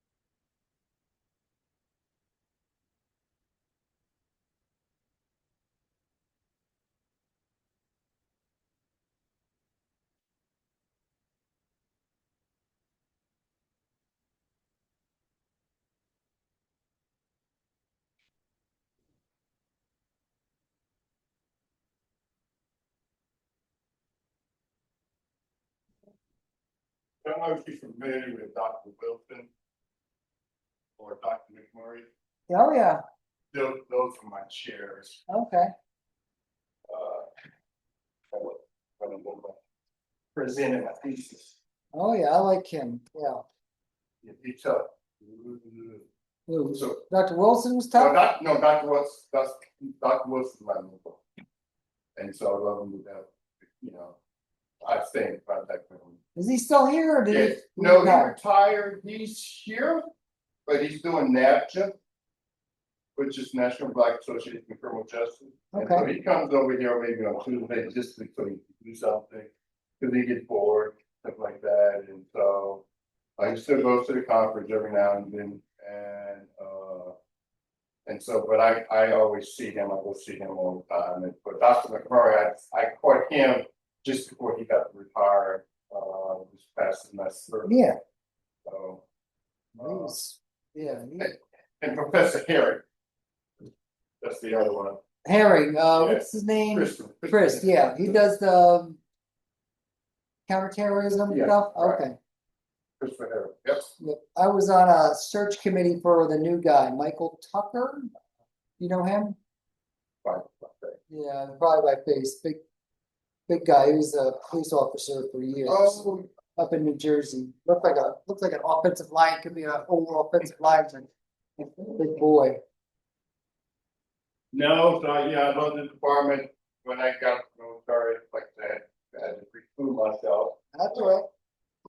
No, we're doing a crime mapping class I in the morning, yeah, know you was telling me about that, I definitely wanna yeah. get all the, because I'm trying to get acclimated back into the platform that school is using. Mhm. I saw a lot of this, but I'm like, I ain't doing it. So like. Yeah. Canvas buzz and people, you know, so I click on it and I see it, but I'm still getting used to Canvas, so, I'm not very familiar, but I will be. yeah, the tech, and, yeah, we got 3 weeks for this first exercise, so. The first exercise, I'm gonna kind of just show everyone how to do it, how to turn it in. Go through some of the things here, I'd like to think, I always like to, I don't wanna say leave early, but. Most of it. Don't tell the answers. I'm not gonna tell that. No, don't tell them that I'm gonna give them the answers. Yeah, we'll work on it. But I do want to learn how to. Yeah. Down a little bit. Yeah, I think it gets a little overwhelming for some people, so I don't want people to get overwhelmed, if you get, Yeah, now, I just want to make sure my system is up and Yep. running, being capable for all this. now, if it's the middle of October and you haven't installed the software, and I'm talking to the people here right now, that's a problem. That don't happen. Yeah, but in the next 3 weeks, I want everyone going, so, We had a student in our class that didn't do a thing the entire semester. Really? Never even said anything to us. Wow. And then started asking us she offered to pay us for our assignment. Wow. oh, yeah, I remember that, Wow. yeah, she had that was a rough. I mean, of a underlying issue, but that, I mean, Like, well, Yeah. yeah. Wow. Okay, all right, so those of you joining us online, thanks for coming back. And we got people here, so one of the announcements that I sent out, now if we go to announcements, a lot of times, I don't know if you get the announcement that says Tim Mulroney sent you an announcement, but I just sent an announcement that has Esri log on, and I want people to make sure they know how to log on, because you're gonna get something that says something like F Harris 12_DEGS_NCCU, and then you got a message from Esri that says, I've given you a username, you give yourself a password. You can log into anything on Esri, anything on your phone, any of the phone apps will be the same exact login. Now, I'm not a big phone app guy yet. Survey 123, Quick Capture, I'm getting into those, but I personally love working off the computer, even though it's probably evolving away from it. But any of the logins will be the same. Story maps, Survey 123, ArcGIS Online. I've got to change that link right there. I'm sorry. But ArcGIS Online, which is the online versions of the map. And so when you log on to it, basically, you log on to the software, it's gonna click sign in. And you're just gonna put in the username and the password that you have selected for yourself. I have some organizational URLs that you can go through. Don't worry about those because those go through NCCU, but NCCU is not talking to Esri right now, so I'm not sure if they're on a, This looks totally different than mine. I'm gonna have to look at yours again or have, if Chima leave for good, yes, No, this stuff's still here. okay. That NCCU. Yes, that's kind of what we want. See, mine doesn't. Okay, and yours doesn't, so you might have like a free account where that, I need to give you.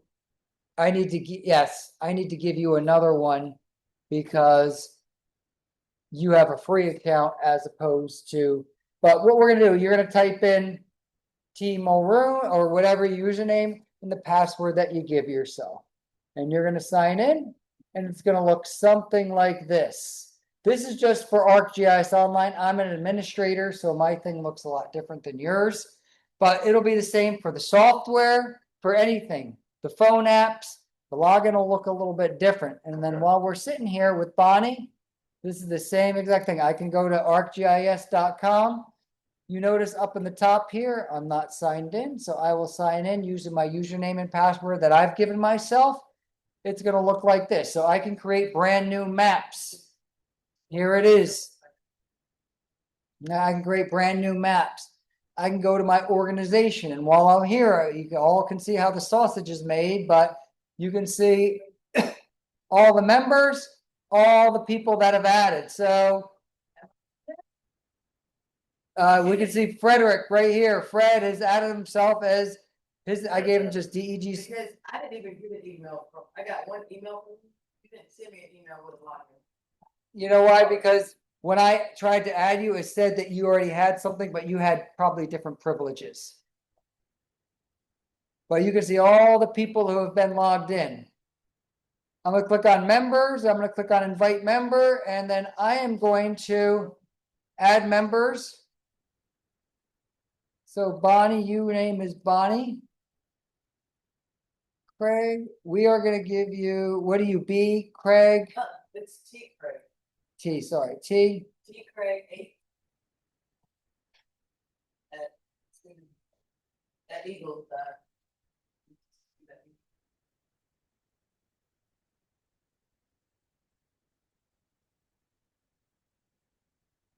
Because remember last time, even last Yeah. time, we ended up having to change it before because it was acting crazy because it was doing BC and it was me and Blair at the same time. Yeah, That ECCU system now. No, we were here. This was at 6. yeah, it's just like you have the same username here.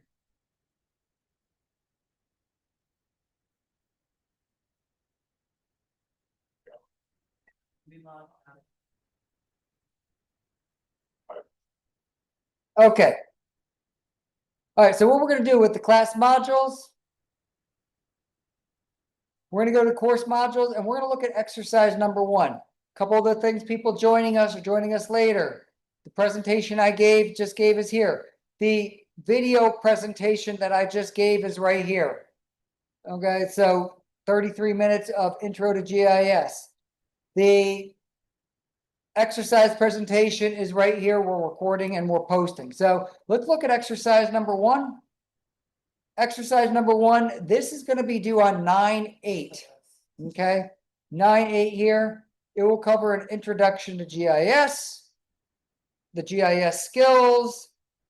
We have a Word document. We've got a whole bunch of different things right here, but you can see it's got a number of different parts. The APRX file attached to the database. I know Bonnie remembers all the zip files that we had, right? Lovely. Okay.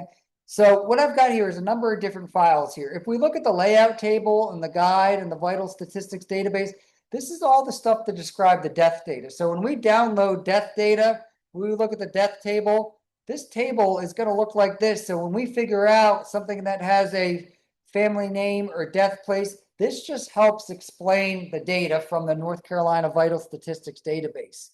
In addition, if we go to exercise number 1 and we look at the Vital Statistics database, oops. This is the vital statistics database right here. This is the data that I'm downloading. These are all of the deaths in 2021 that I can go and download. Download them as .tab files, .data. So the latest death data that we have is for 2021. Every single person in the state who died, I can download their information like this. Click on the download here. You can see it's tab delimited. It's got 56 different variables, and it's had 122 observations of this website since it's been posted in 2023. A lot of different files here. This is the data that we go and download of every single person who dies in the state. By statistics that way. Yes, that link right there. Now, what I'm going to do is I'm going to download exercise1.zip. These are a number of different files that we have stored here. So this has got the ArcGIS Pro project. The other thing here that I have on these announcements is if we go to Esri login down at the bottom to install the software, I have the download for the installation for the software. So I've got some other things here.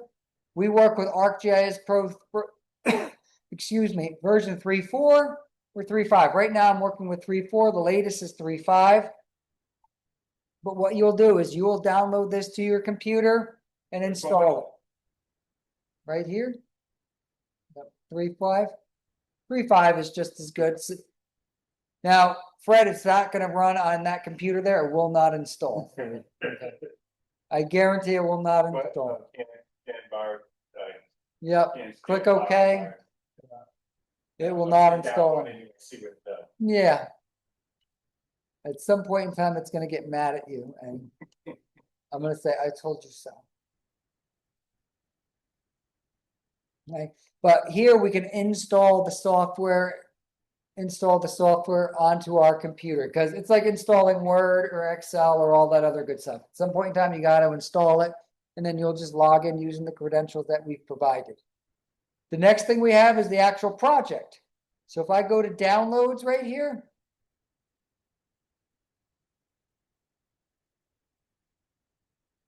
you can see this thing called exercise 1. This is a zip file here.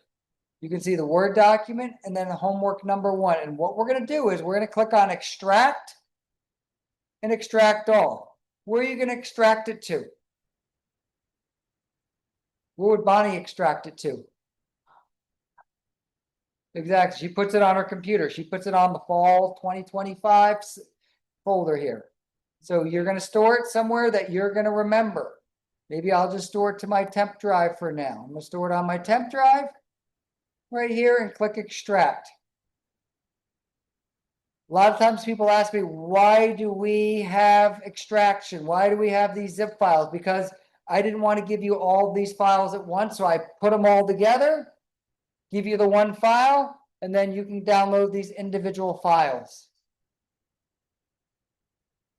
You have this already ready to go? I think my computer told me I have. Okay, good. So I think that I put all that stuff on So you already downloaded it. all that drive.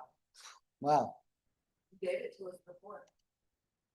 I must have, yeah.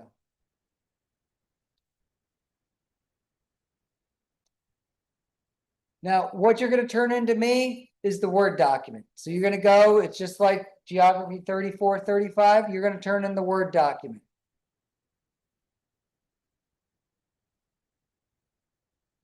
Okay, so I've got some Esri tutorials, Introduction to Quantitative Geography, and then we got exercise 1.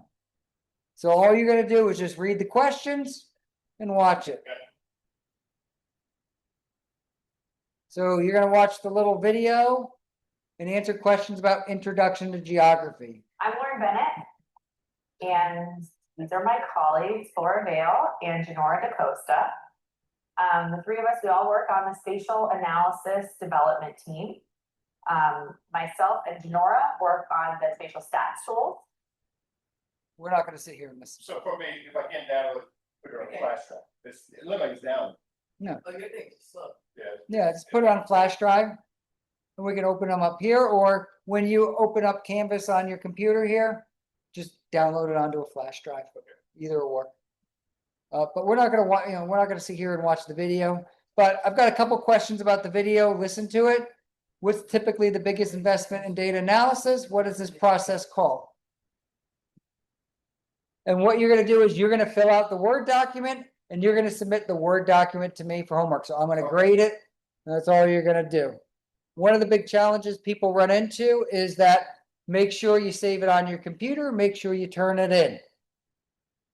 So you're gonna answer a couple of the questions. Yeah, I asked for color other, because a lot of times the PDF, the Canvas will convert it to a PDF or in weird fonts, so I just, something that I can see that's a different color. The next thing we're gonna do, we're gonna go to the Esri training website. So we're gonna go to training.esri.com.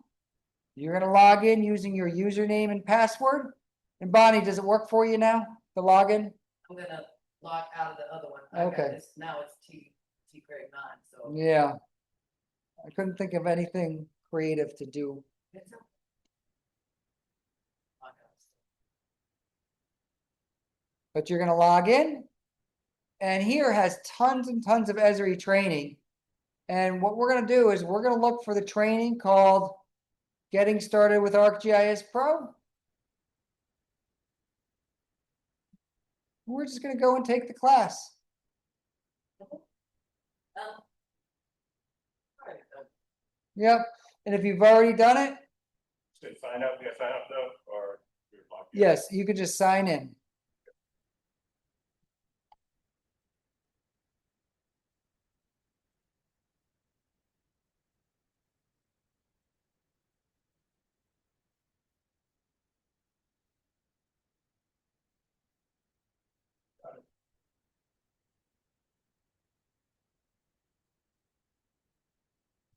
They say to sign.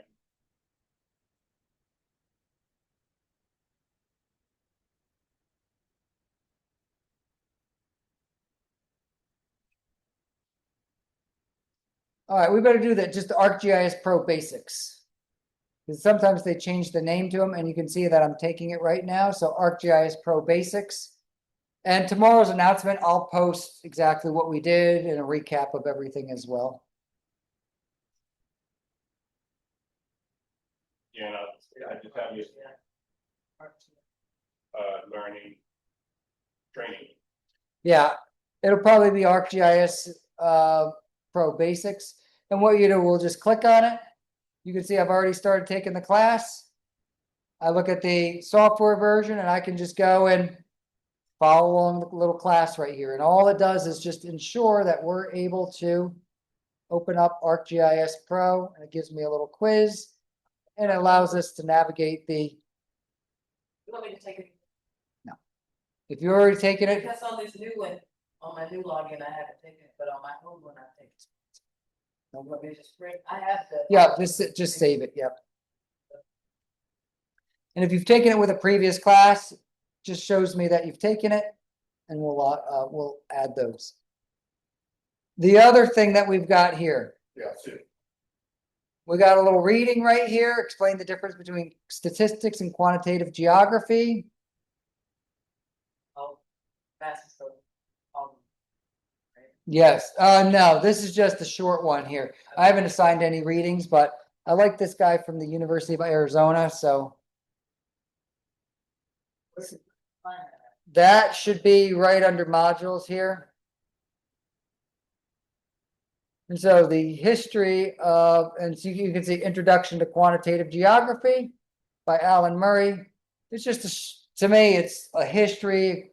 What is quantitative geography here? And you can see it's just a short little 20-page, primer, what does quantitative geography look like? I think this was done back 2009. This is like, we're at the cutting edge of this stuff here. Quantitative geography really came out in the 50s and 60s, but it was really useless until the large scale use of, high-speed computing and high-speed memory access as well. And a lot of people don't. Yeah, a lot of people kind of don't realize that. So what you'll do, just read this. I like this paper.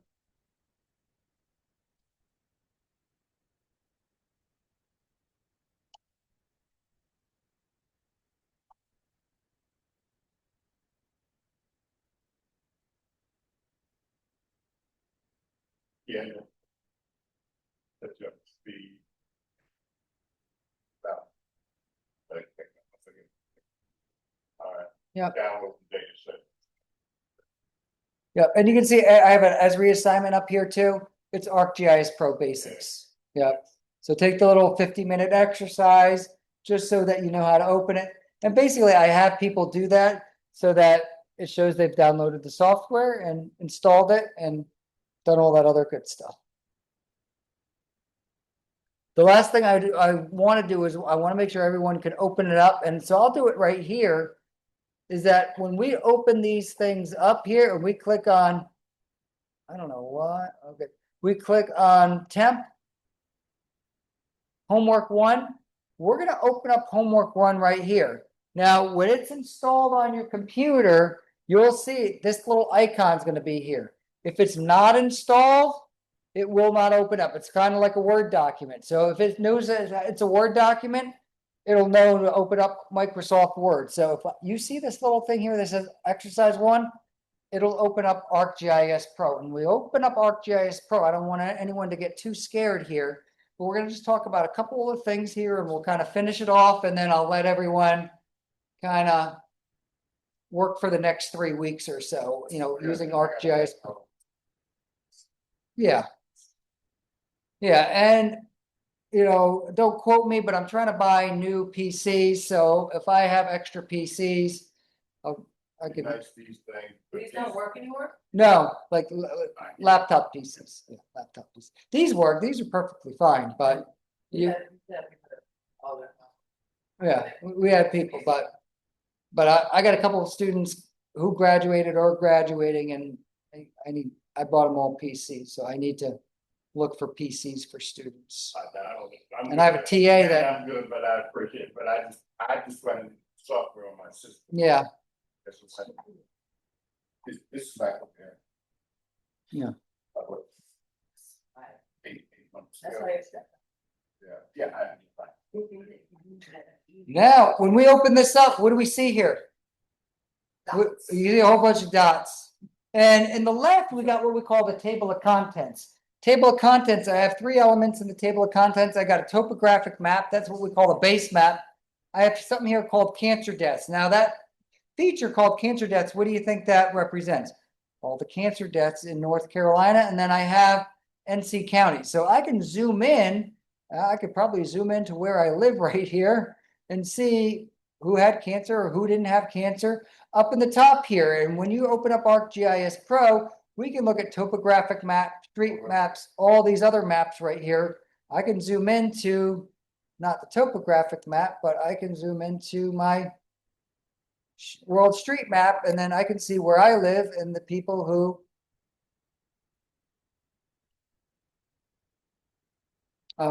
who've died of cancer as well. The other thing you notice here, I've got colors. This is white. I can change this instead of having white to no outline here. So now I can zoom into, where I live here. And you can see these people here. Yeah. I know. He knows that person very well. Yeah. This person died of cancer. Yeah. 7552. Yeah, they're right across the street. Okay.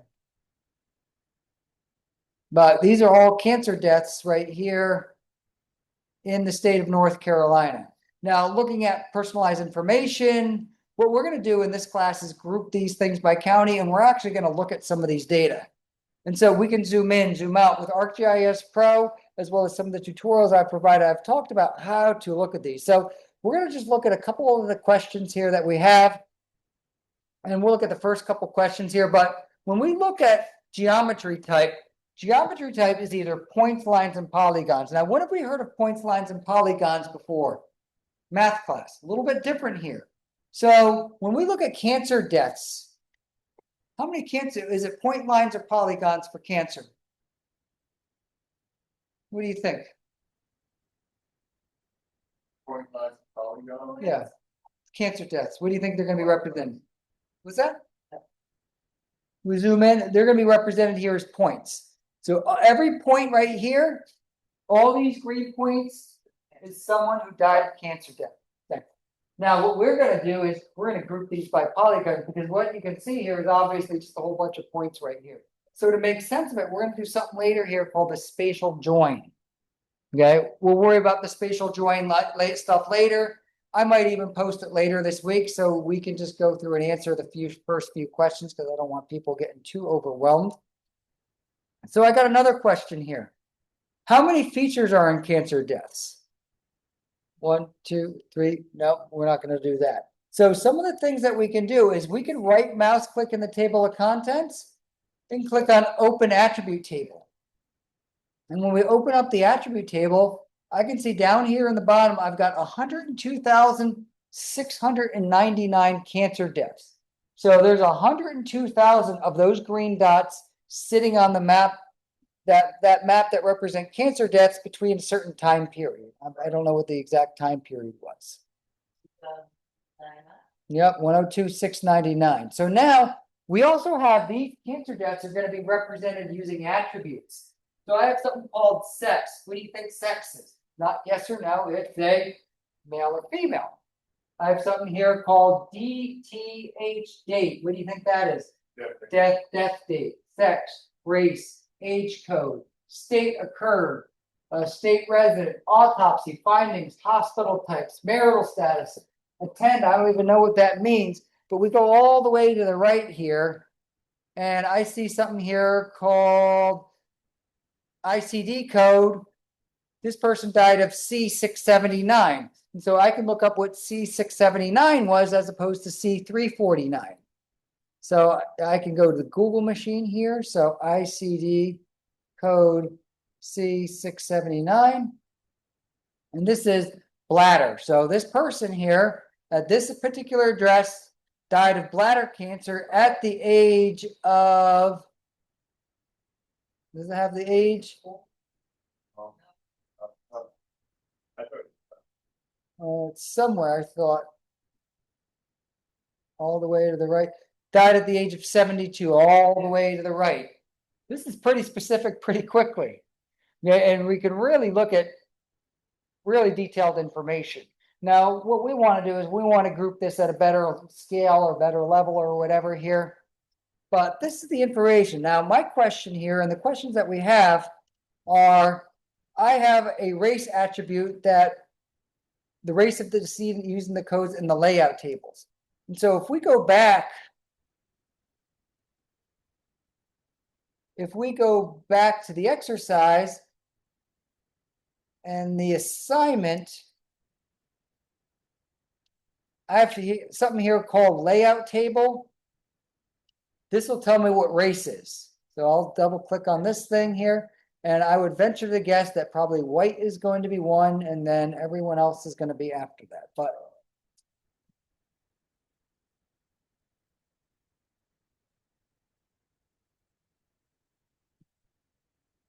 Yes, like 1, like 2, American Indian 3, others 4.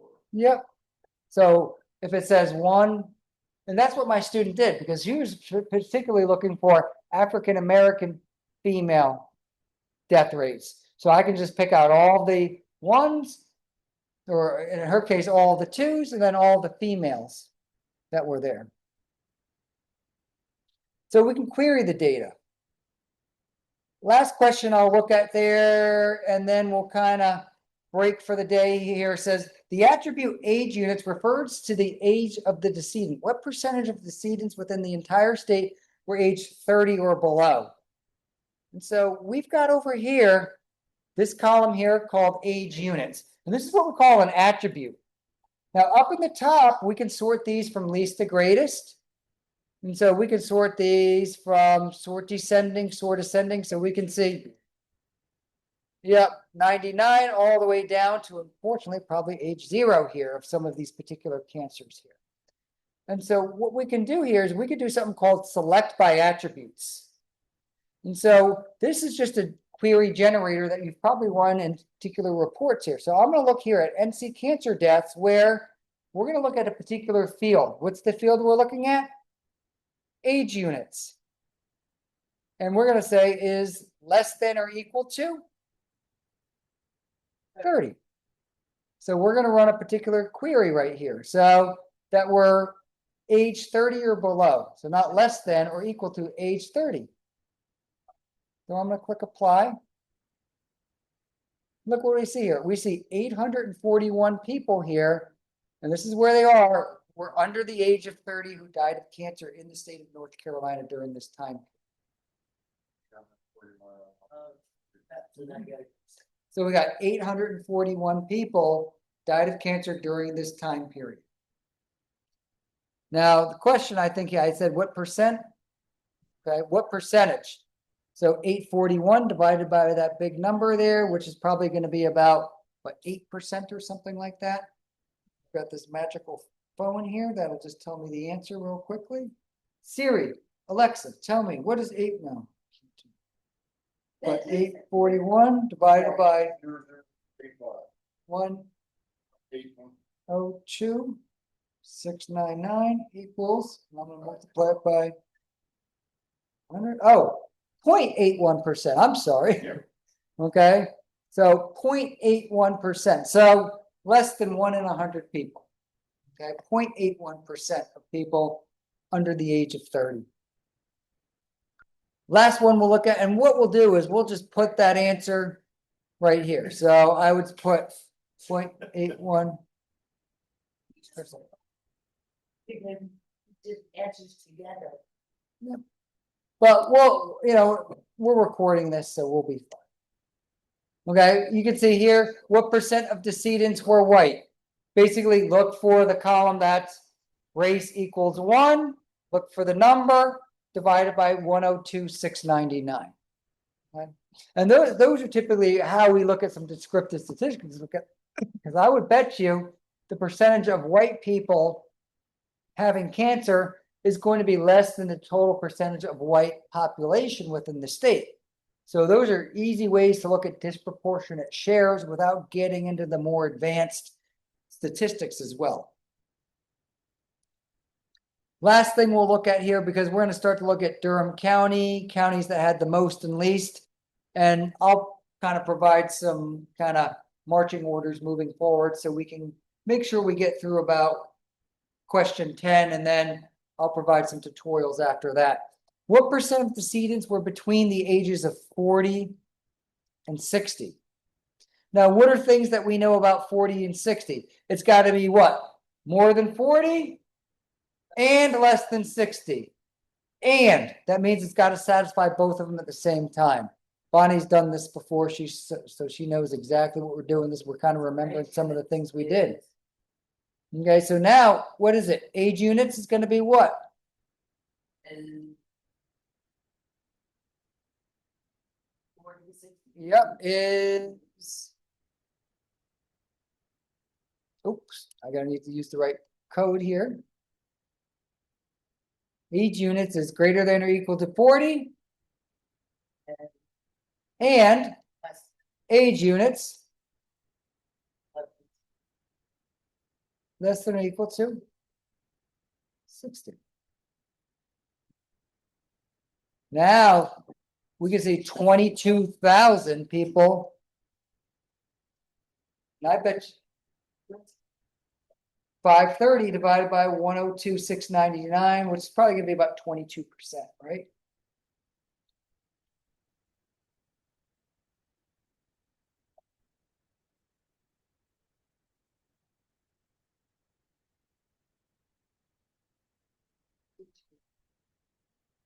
Mm-hmm. so 22. Yep. Well, yeah, 22. Well, we can say 2.9. Oh. Depending on how many decimal points you want to say. Just 1 decimal point's fine. 21.9. Yeah. All right. And so what we've got are those. Now, everyone joining us online. Eventually, you're gonna turn this assignment in on September the 8th. So next week, like I said before, I'm gonna be out of town. Following week is Labor Day, no class. So this won't be due for 3 weeks. And so for just this week, I'd like people to try to get down to about question 9. And then later this week, I'm gonna post a tutorial on how to do questions 10 and 11. How's that sound? Is that fair? Okay. So I'll post a tutorial on how to do 10 and 11, because what you're going to do is you are going to just answer the questions and get yourself familiar with what entails hard data. Because a lot of times when we get data, this is what data looks like. You know, the vital statistics database, the death descriptions. Hey, what ICD codes mean? What is the sex of 1? What is the sex of 2? Because a lot of times census data's got POP 2013. I know what POP 2013 is, but when we start working with stuff that is meaningful, the SIDS data sitting right there, and I'll show people online. We have a nice SIDS map right there. It's not nice, but we had a former student who was impacted by SIDS. She wanted to look at all the SIDS deaths, and she broke down by age, race, well, not age, because that's under the age of 1, but sex, and gender. Do you know what ages actually die? What genders, was it male or female? Which ones die at higher rates of SIDS? Anyone know? Men, boys. Yep. 416 boys versus 312 girls of SIDS. Yep. Why? I don't know why. We're going to leave that to other folks, but statistics. So these data that we're working with, the SIDS. So the one to the right did ulcerative colitis. So we had someone who was impacted by ulcerative colitis. So we had where ICD codes had ulcerative colitis in it somewhere, sitting in that database. And so this week, I really want people to get familiar with this really rich, powerful database, and maybe get familiar with, hey, maybe Jasmine can look at cancer deaths. Okay, I want to look at cancer deaths in 2020. Are cancer deaths increasing, decreasing? Because you might be sitting here saying, hey, I got a dissertation topic. Other people, I'm going to knock out the assignment and go do the next thing and do something that I wanted to.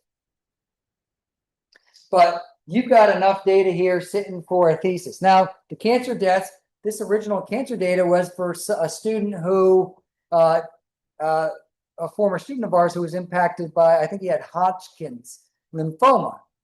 And so he wanted to see if cancer death rates or cancer mortality rates were higher around point source pollution versus non-point source pollution. Good idea. It never materialized. I got him an internship. He ended up finishing, and he's still with us 10 years later. So, okay. And so for the end of the exercise, I'll post questions about number 10, 9, and 10. But this week, what I want everyone to do is 1 through 9. 1 is get the software installed. Make sure you're able to log in. Make sure you're able to log in on the computers here and get the software installed. So this week, get the software installed, answer the first couple questions, and then start working on questions 1 through 9. And then I'll post a tutorial on how to do 10 and 11 because it gets a little bit more intricate. People like Bonnie, Kevin can probably do the spatial joins.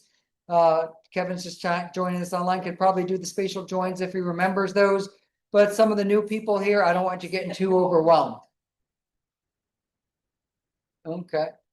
Yeah, notebooks might not work for you. Yeah. Might not have enough juice. Do you know what? No. This is your council. All right, so I'll leave everyone with that. For tomorrow, be on the lookout for an announcement from me that just summarizes what we did today and then what we kind of upcoming tasks and all that other good stuff. Can you give me access to the ArcGIS? Yes, I will have to send it to you. Send me an email for the same email address because I do it through the Okay. class. So I'm waiting for you to get added to class. All right, Jasmine? Okay, All right, sounds good, thanks. thank you. All right, and I'm gonna stop the share here. And I'm going to